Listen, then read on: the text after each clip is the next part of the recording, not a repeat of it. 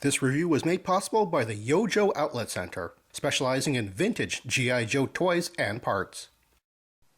Hello everyone, I'm Kevin, otherwise known as Form BX257, here to bring you another 1980s G.I. Joe toy review. And today I'll be taking a look at the G.I. Joe's Strategic Long-Range Artillery Machine, better known as the 1987 S.L.A.M. Now, S.L.A.M makes its first appearance in the old Marvel comic run of G.I. Joe in issue number 59. But like a lot of 1987 and 1988 vehicles, it doesn't have any cartoon appearances. One thing that people who aren't very familiar with this item, and even people who do have a passing familiarity with it, often still ask, what is it? The S.L.A.M is actually a very small toy, but has a lot of great features jam-packed into it. Of course, its primary feature is, of course, the cannon, which is all molded together so that when you raise and lower it, they all move in sync. Now, this actually has a very tiny ratchet to it, which I guess it holds it in whatever place that you put it in. And of course, the entire upper turret rotates 360 degrees on its base. In addition to the cannon armament, it also has 10 of these tiny little missiles.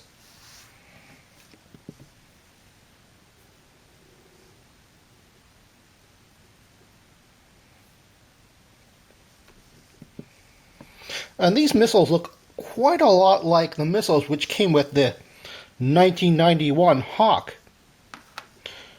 I'll just remove one of his wing missiles.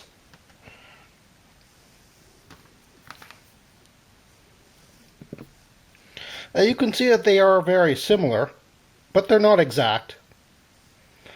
As a matter of fact, the connection point is different on both ones, so you can't interchange them. The S.L.A.M also has wheels underneath, so it can roll fairly well, as well as a tow hook on the back, so it can tow towed vehicles, and it has seating for 2 figures.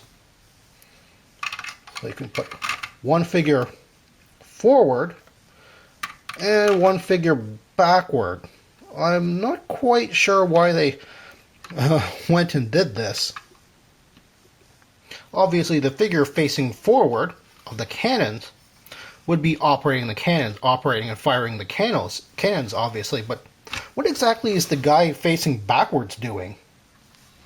And finally, one of the most interesting and well-engineered features on this toy are the deployable recoil support arms. They pop out on all 4 sides. And this thing really gives the impression that the cannon gives off a tremendous recoil. Now, this is where a lot of collectors take a look at this toy and think, well, what is it? Is it a base station? Is it a vehicle?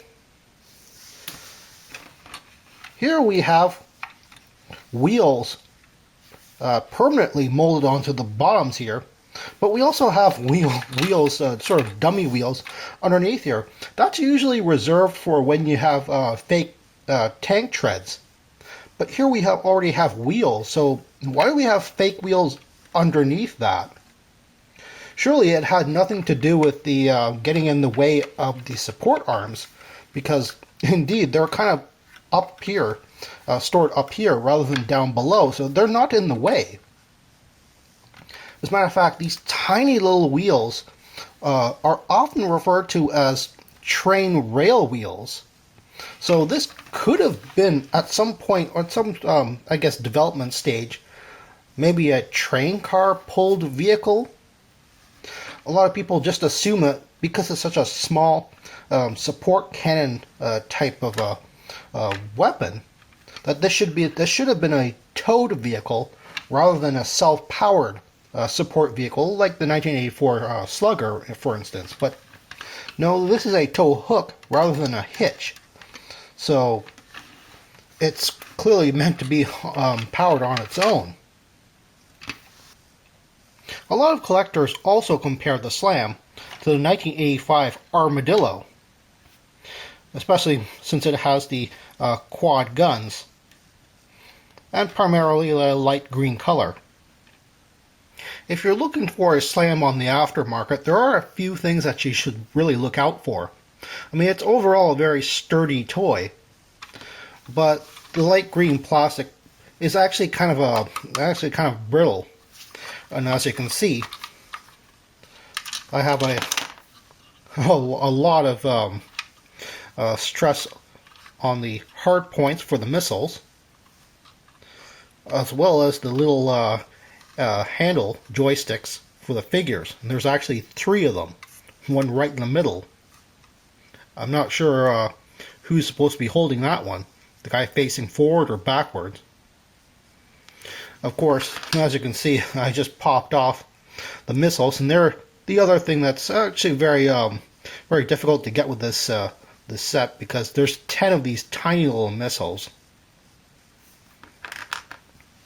And last but not least, the ratcheting for the cannon is actually part of the green plastic, so that wears down over time, meaning that you could have a droopy cannon.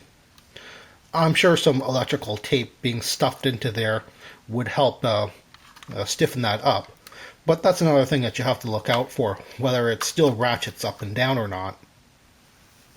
Well, that's all the time I have right now. Please check out my Facebook page for more information and behind-the-scenes photos for these reviews. Thank you for watching this video, and stay tuned for next time to see another 1980s G.I. Joe toy review. See you then.